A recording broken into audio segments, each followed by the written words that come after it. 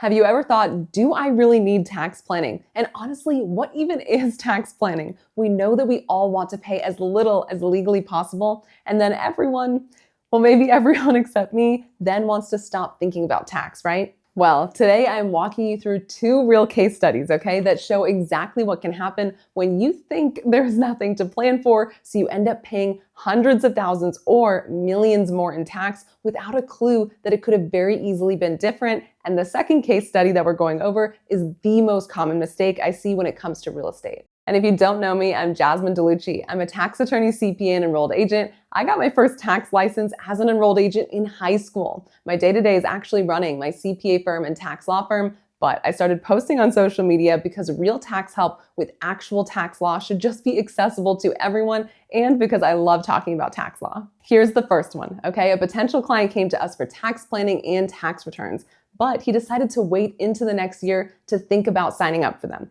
And then he decided to just move forward on the tax return preparation since he figured, hey, I don't have enough going on here yet to tax plan for here anyways, right? And he could have been right. But here's what happened. He exercised incentive stock options at year end on his own, but he did not cash out the stock because he thought he was tax planning by waiting 2 years from exercise to get capital gains treatment. And if you do social media research online, you would think that if you don't receive the cash, then you don't have a taxable event. But if that were correct, I wouldn't be telling this story, okay? When you exercise incentive stock options, you trigger an AMT adjustment. That's right. You don't hear about AMT adjustments on social media because they aren't that sexy. I bet you can't find me one tax guru explaining how to tax plan around AMT adjustments. But here's why you want to do that.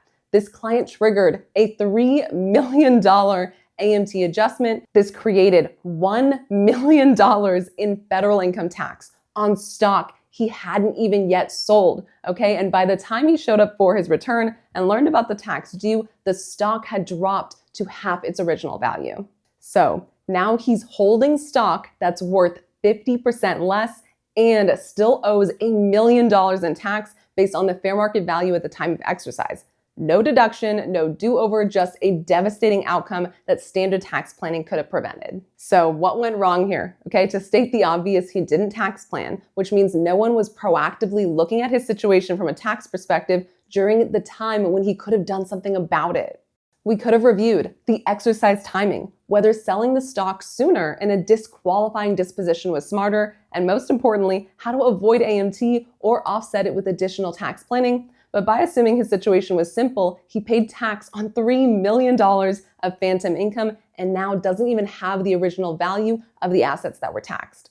Now, here's a second case study, and this is by far the most common mistake that I see with real estate, even when you have a CPA, okay? This client had a self-rental, meaning they owned a building personally and rented it to their own business. Their accountant suggested a cost segregation study, which is a great savings tool in the right situations because it accelerates depreciation. But here's the issue, okay? The accountant filed the return without the grouping election and treated the self-rental as a passive activity, okay? All of the losses resulting from the accelerated depreciation in the cost segregation were suspended, basically indefinitely, until the client eventually finds a way to generate passive income or disposes of the property. And you can't amend a return to make the grouping election if you didn't originally treat the activities as grouped in one economic unit. So what does this mean?